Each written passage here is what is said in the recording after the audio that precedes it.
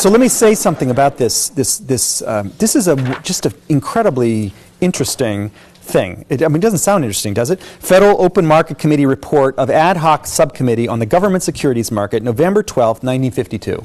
Okay, so the date is interesting. It's a long time ago. And it turns out there's some preamble there that says that this was a secret document that was internal inside the Fed and only came to light when there was this congressional investigation. And what this document is the Fed's own internal judgment about how they're going to be running monetary policy from 1952 on. Okay, and it's incredible, partly because it's quite similar to some of these money view ideas that we've had, and not very similar to what showed up in the academic textbooks, which were written before this document became public. What the academic textbooks picked up was the sort of public version of this, okay, which isn't exactly what they themselves thought they were doing. So let me just give you two passages here. This is from the preamble, page 2007 here. We're only going to read part of this, and I'll send you some pages so that you don't have to read the whole thing, because a lot of it's technical. But they say here, it's important that the technical operating procedures and practices conceived in the atmosphere of war finance and developed to maintain a fixed pattern of prices and yields in the government securities market be reviewed to ascertain whether or not they tend to inhibit or paralyze the development of real depth, breadth, and resiliency in today's market that operates without continuous support. Okay, that's a long sentence. What they're saying there is during the war finance, okay, the Fed pegged Treasury rates. It said the Treasury bill rate, I don't have it here, but let's say it was 1%, okay? And if it deviates from that, if it tends to go up, we're buyers. And it pegged the 10-year rate. Let's say it's 2%. And said, and if it deviates from that, we're buyers. So there was continuous support for the market. The Fed was not the dealer of last resort. It was the dealer of first resort. It was actually issuing these bonds in a sense and was the underwriter. It was saying we're gonna hold these prices here for the duration of the war. And not only that, after the war. So when the war was over, bondholders were assured that the Fed would continue that so that they wouldn't have to take capital losses. Because, of course, if the yields on the long-term bonds rose, you would take a capital loss. The price would fall. So the Fed maintained that fixed price. Eventually, it got its own authority back, okay, in the famous Fed Treasury Accord, when it was allowed to move short-term interest rates. It was allowed to get some authority over moving short-term interest rates, and that's the birth of monetary policy after the war. And this is the document in which the Fed explains what they intend to do with that new authority, okay? That's what this is all about. And it's secret, okay? That's one thing.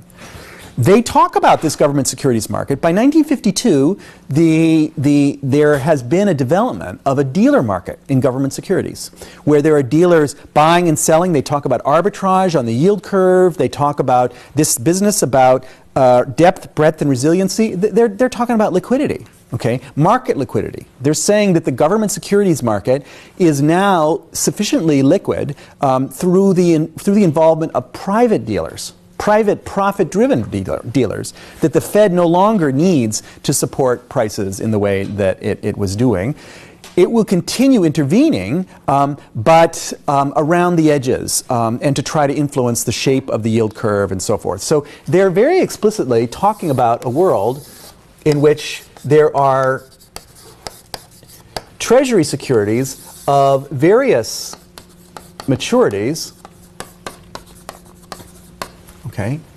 During the war, the Fed was pegging the 1 year, the 10-year, and all the different maturities. Okay. After the war, it's dealers, it's private security dealers, and they're making markets and in between, in all of the different ranges in between. And they're doing arbitrage, okay, between all of these, using arbitrage like using notions like the forward interest parity and things like that. So the Fed is saying that it is going to continue to intervene in the money market in order to maintain the tone of the money market. It understands that dealers are financing their holdings of long-term bonds by borrowing in the money market. Okay, so that these are leveraged dealers. They understand all this, and it's 1952. You know, this is a very advanced document, a very advanced understanding of how modern securities markets would work. Just for governments, there's no discussion here of bond markets or stock markets or anything like that. You know, this stuff was still on its back. You know, after they all closed down during the Depression and the war. It's all about governments, okay, at this moment. And how do they think they're going to influence? They talk here, their understanding of open market operations is quite fascinating. They say it's a very different way of intervening than changing the rate of interest. Okay? In any modern macroeconomics textbook, you will hear that these are equivalent. Changing the rate of interest and open market operations are equivalent. They don't think so. They're not thinking of those. They say any purchase or sale of government securities by the committee, so that's open market operations, any purchase or sale of government securities by the committee, the Federal Open Market Committee, adds to or subtracts from the reserves of the member banks and is promptly reflected in the tone of the money market. A relatively small injection of funds through the purchase of bills will ordinarily find a response in the market for long-term securities.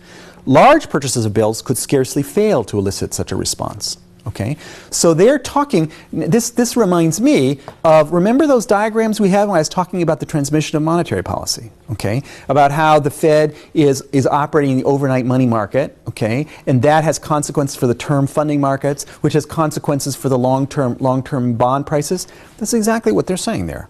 They're saying that the purchase and sale of bills, so they're talking bills, treasury bills, are less than 1 year.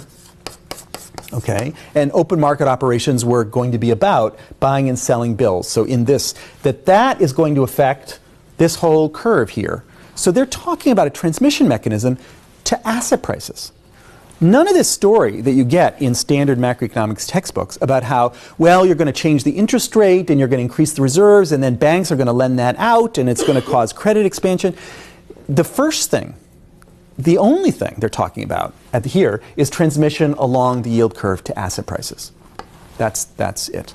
And that's what I've been emphasizing in this course, that's how you should think of the money market. The money market is connected to the capital market, okay, and in a lot of ways, okay, and not just through the expectations hypothesis of the term structure. It's the fact that many of these dealers are highly leveraged, they're holding bonds and they're financing in the repo market, so like that. They're shadow banks, essentially, in the government securities market. So I find this a fascinating document. Have I gotten that clear by now?